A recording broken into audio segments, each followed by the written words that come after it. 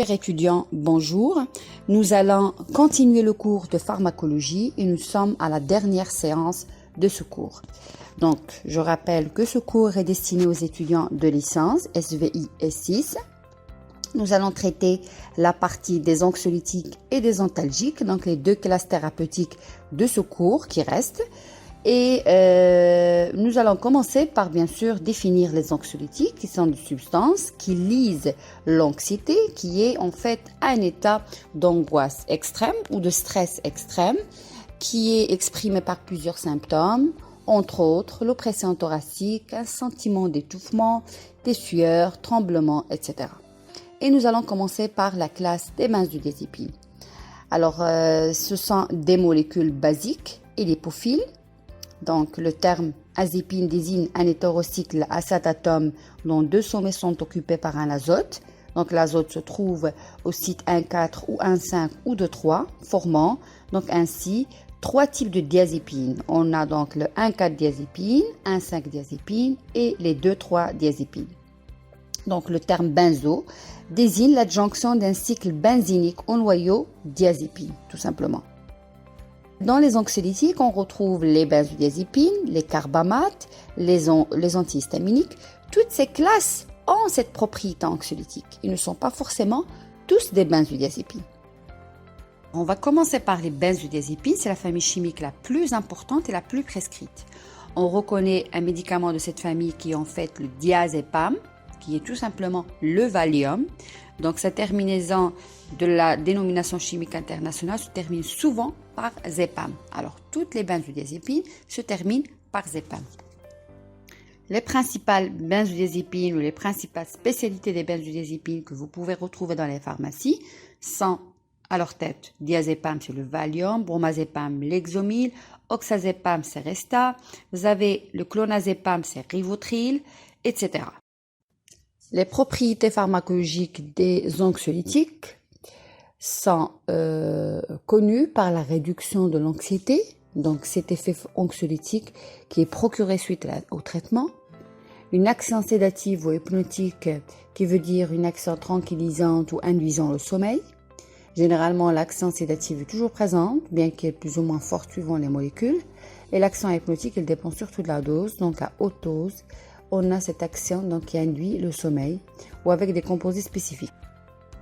On continue toujours dans les propriétés pharmacologiques avec l'action anticonvulsivante, donc une action qui élimine les convulsions ou les tremblements des membres. Elle est présente chez tous les benzodiazépines, mais sur le plan thérapeutique ne concerne que 3 spécialités, le Valium, l'Urbanil et le Rivotril. Et pour finir, une action myorelaxante, donc une action qui relâche le muscle des patients. Quant au mécanisme d'action, toutes les benzodiazépines agissent en facilitant les actions d'une substance chimique naturelle qu'on appelle le GABA. GABA, ou acide gamma-aminobutyrique, c'est un neurotransmetteur qui transmet les messages issus d'une cellule du cerveau, le neurone, à une autre. Le message transmis par le GABA est un message inhibiteur par excellence, donc qui permet aux neurones qui contactent d'en ralentir ou d'en arrêter l'émission. Étant donné que 40% des millions de neurones situés dans le cerveau sont sensibles à ce neurotransmetteur qui est le GABA, cela signifie que le GABA exerce en général une grande influence apaisante sur le cerveau. Donc l'action naturelle du GABA est augmentée par les benzodiazépines qui exercent en retour une influence inhibitrice supplémentaire, souvent excessive, sur les neurones. Donc ça va être une action inhibitrice qui va concerner donc des ions comme le chlore. Comme vous voyez sur la diapositive, le récepteur du GABA ou des benzodiazépines, c'est un récepteur à canal ionique. Donc il faut voir le chapitre des récepteurs. Donc c'est un récepteur ionique qui est à canal chlore. Plus le diamètre du canal chlore est augmenté, plus les ions chlore vont entrer à l'intérieur de la cellule et ceci va nous donner cet effet inhibiteur ou cet effet apaisant et tranquillisant sur le cerveau. Donc il y a plusieurs sites, entre autres il y a le site GABA, le site donc du neurotransmetteur acide gamma-aminobutyrique. et le site des benzodiazépines. Il y a d'autres sites, le site de l'alcool, etc., qu'on n'a pas mis sur ce schéma. Sur cette diapositive, nous avons une neurotransmission donc neuronale de type GABAergique. Donc vous avez votre impulsion, vous avez le neurone 1 et le neurone 2, une impulsion nerveuse qui arrive sur le neurone 1 et qui va libérer le GABA qui est dans les vésicules donc présynaptiques du neurone 1. Après, une fois ces vésicules sont déchargées dans la synapse, ils vont agir sur les récepteurs GABAergiques qui sont sur le neurone 2. Alors, ces récepteurs sont à canal ionique, comme on avait déjà mentionné dans l'autre diapositive. Donc, les ions chlore vont entrer à l'intérieur du neurone 2 et cette entrée des ions chlore va inhiber l'impulsion nerveuse. Et vous allez voir qu'il y a une inhibition de l'impulsion nerveuse qui veut dire une inhibition donc on va dire du corps ou du cerveau. Et après, donc on a cet effet tranquillisant ressenti par les benzodiazépines qui vont se fixer sur ces récepteurs GABAergiques. On va continuer toujours sur la neurotransmission GABAergique. Comme vous le voyez, donc le GABA va se fixer sur les récepteurs GABAergiques de type A, parce qu'il y en a deux. Le type A, c'est celui qui intervient dans les benzodiazépines. Et il y a un autre type, le GABA B, qui est sur la gauche, comme vous voyez sur le neurone 1. Donc, qui va être stimulé par le baclofen. C'est un traitement, c'est un médicament qui va agir dans les troubles. C'est un agoniste de ce récepteur, GABA B, et qui va agir dans les troubles liés à la consommation de l'alcool, qui agit dans l'addiction alcoolique. Donc, il va supprimer donc la consommation, cette addiction à la consommation de l'alcool, et même en cas de rechute, en cas de sevrage, en cas de rechute, par exemple, à un régime de sevrage suite à l'alcoolisme. Il y a aussi sur la droite un autre médicament que le thiagabine. Thiagabine, c'est un antiépileptique donc qui va agir négativement. Donc c'est un antagoniste de cette pompe-là GAT qui est responsable de la recapture de l'excès du GABA au niveau de la fente synaptique. Donc c'est un antagoniste de cette pompe qui va inhiber donc la recapture du GABAergique et qui va nous donner cet effet anti-épileptique. Parce que dans l'épilepsie, le problème, c'est une excitation extrême. Donc, il nous faut du GABA comme neurotransmetteur et inhibiteur par excellence pour apaiser cette épilepsie. Et c'est ça qui va nous donner cet effet anti-épileptique ou cette propriété pharmacologique anti-épileptique. On va passer maintenant à un autre type, on va dire, de ligand. C'est un agoniste inverse, comme la cholécystochine, CCK, qui est en fait une hormone peptidique gastro-intestinale sécrétée par la muqueuse du duodénum et relarguée dans la circulation sanguine. Donc cette hormone-là, qui est gastro-intestinale par excellence, va jouer le rôle d'agoniste inverse du récepteur GABA-A. Donc, au lieu d'avoir cet effet tranquillisant, on va avoir un effet anxiogène, un effet d'excitation avec CCK. En cas de libération extrême ou intense de cette hormone-là, donc on a cet effet excitant ou cet effet, donc on va dire agité de la personne parce qu'elle agit négativement ou indirectement sur le GABA-A. Donc, il va inhiber cet effet inhibiteur en fait par excellence qui est produit normalement par une neurotransmission GABAergique. Donc toute notre physiologie est liée. Donc là, dans ce cas-là, il nous faut une cible thérapeutique qui va agir sur CCK pour éviter cette excitation. On va continuer avec les indications des benzodiazépines. Alors, elles sont très indiquées en psychiatrie. Donc, les meilleures indications semblent être dans l'anxiété psychologique réactionnelle, les situations de crise ou de panique, les troubles de sommeil liés à l'anxiété. Dans ces indications, ils agissent en diminuant la tension de l'individu et lèvent ainsi certaines inhibitions. C'est-à-dire, il y a des gens qui n'arrivent pas à faire certains actes ou certaines choses dans leur vie actuelle, des choses banales. Donc, ça leur permet de lever ces inhibitions-là et permet aussi d'agir ou de trouver un sommeil de qualité puisque les benzodiazépines ont des propriétés anxiolytiques, donc ils lèvent l'anxiété. Ils ont des propriétés sédatives, donc ils apaisent la personne. Ils ont des propriétés hypnotiques, donc ils ramènent un sommeil de qualité à ces patients-là. Donc, les autres indications en pathologie mentale donnent des résultats moins constants. Ils sont là, mais ils ne sont pas constants, comme dans l'anxiété au cours des névroses, des états de panique, les troubles phobiques ou obsessionnels, bien que l'efficacité de ces médicaments soit imparfaite. Donc, les benzodiazépines sont également des traitements d'appoint dans le traitement de l'anxiété chez les malades dépressifs et psychotiques, mais ne sont pas les traitements majeurs dans ces indications, mais ils aident ces personnes qui souffrent de dépression nerveuse ou d'autres maladies psychotiques comme la schizophrénie à apaiser leur intensité d'anxiété. Alors le fait de prendre ces médicaments, ces benzodiazépines de manière chronique va induire une intoxication chronique. Donc là, on est dans l'aspect toxicologique de ces spécialités pharmaceutiques. Le risque de dépendance de benzodiazépines est connu et se traduit par un besoin physiologique du médicament. Donc ce risque est plus important en cas de prise de médicaments à demi-vie courte.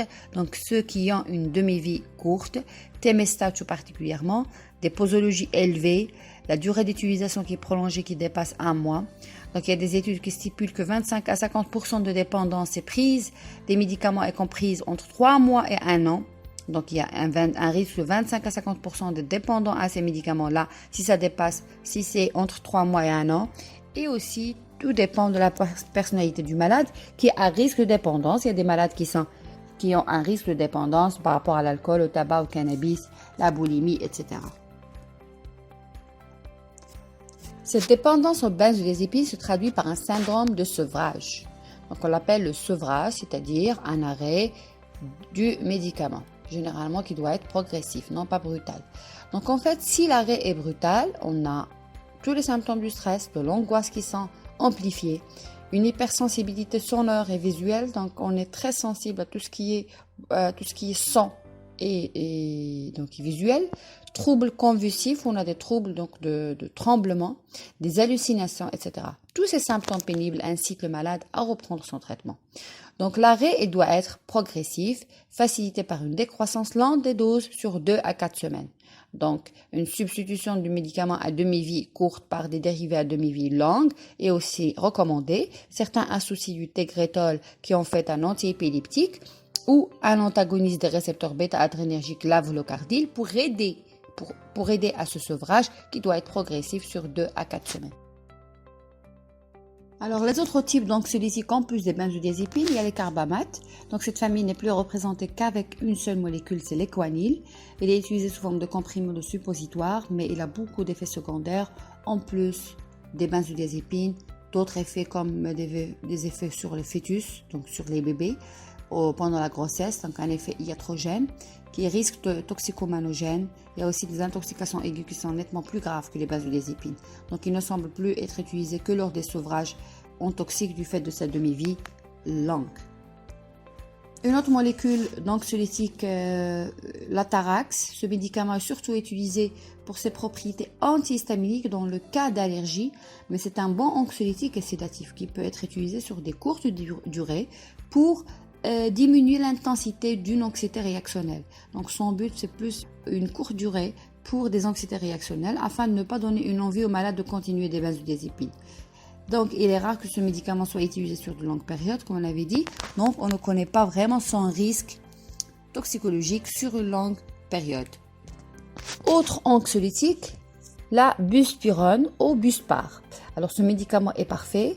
C'est en théorie l'anxiolytique parfait, mais il agit, on va dire, de manière très lente. Donc, il lui faut 7 à 14 jours pour qu'il y ait une installation d'effets anxiolytiques. Et il est dénué d'effets sédatifs et myorelaxants qui sont considérés comme des effets secondaires des benzodiazépines, mais sa lenteur au niveau de l'action va jouer contre cette molécule dans les anxiétés de manière générale.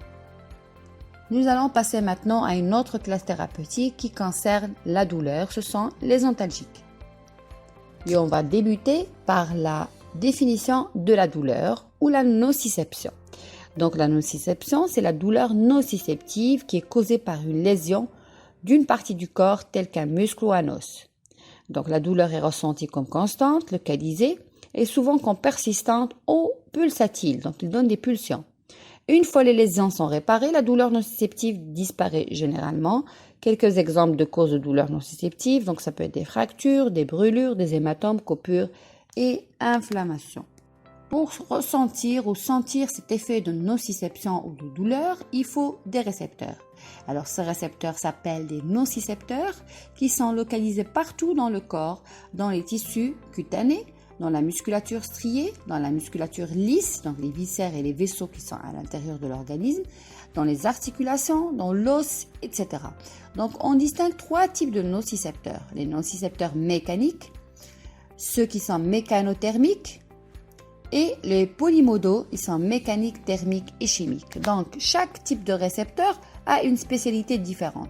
Ça pourrait être mécanique, donc il est plus sensible à tout ce qui est fracture, donc pincement, etc. Mécanothermique, donc il est sensible à ce qui est pincement, fracture et aussi à la température.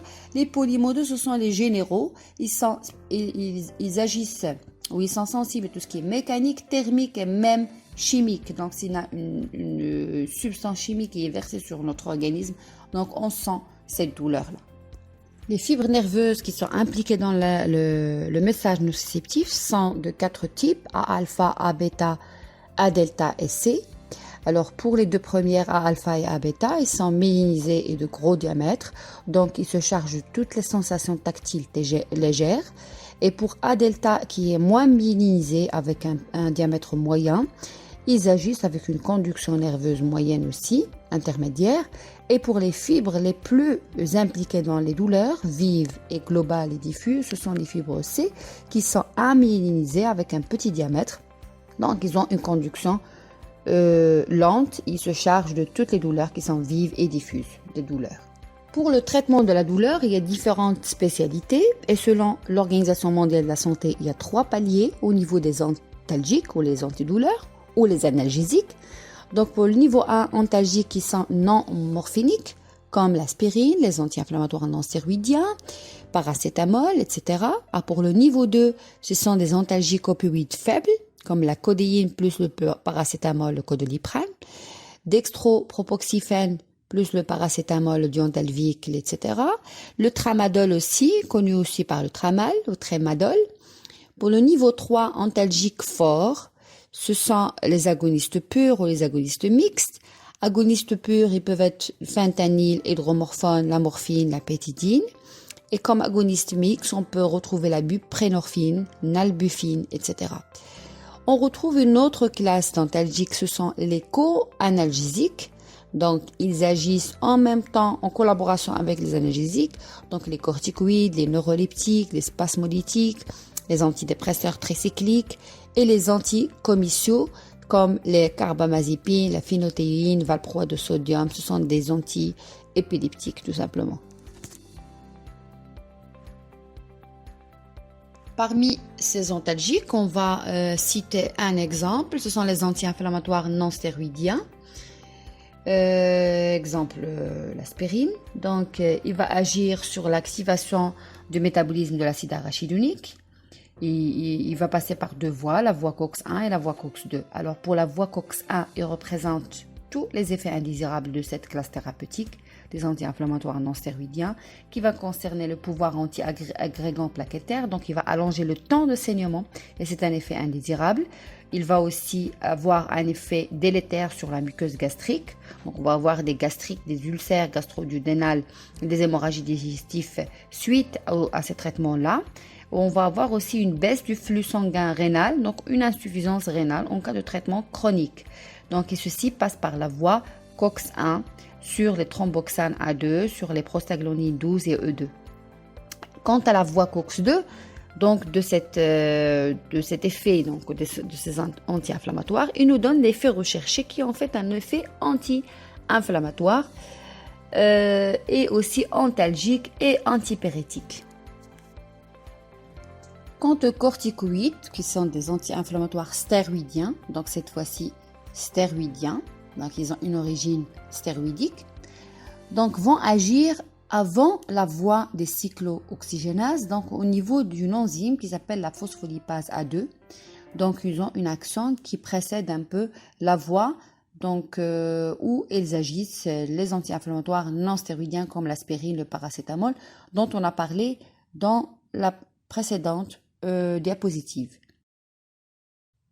Nous allons passer maintenant au palier 2 de l'OMS au niveau des antalgiques, le tramal ou tramadol, qui a en fait un effet analgésique qui est très important en agissant sur les récepteurs mu des opioïdes.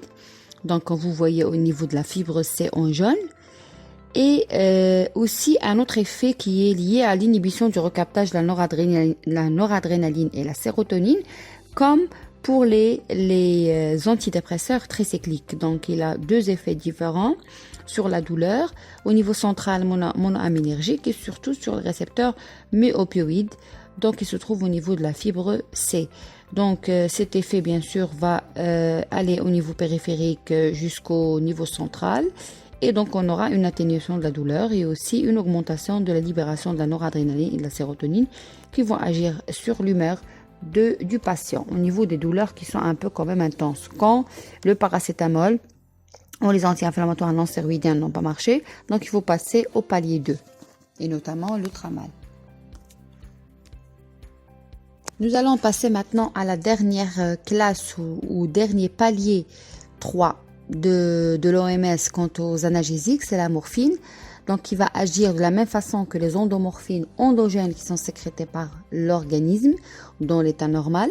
Donc quand on a une sécrétion basse des endomorphines, donc il faut utiliser dans ce cas-là, dans un cas pathologique grave, dans le cas des maladies chroniques douloureuses, des maladies articulaires, etc., ou la phase terminale du cancer, on a des douleurs intenses, donc il faut utiliser cette substance-là qui est la morphine, qui va agir sur ces récepteurs en même temps ou de la même manière ou de manière similaire que les endomorphines qui sont sécrétées par l'organisme. Donc là, on voit la substance P et le glutamate qui est normalement sécrété de manière excessive en cas de douleur.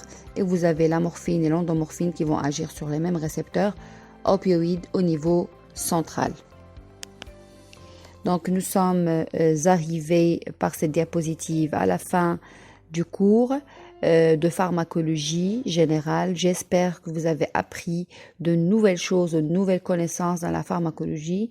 Si vous avez des questions, n'hésitez pas à me les envoyer via la plateforme Moodle que nous avons consacrée pour vous cette année pour justement vous présenter toutes les séances de cours avec les polycopes ou les supports pédagogiques qui sont destinés pour ce dernier. Bon courage et à très bientôt pour vos questions.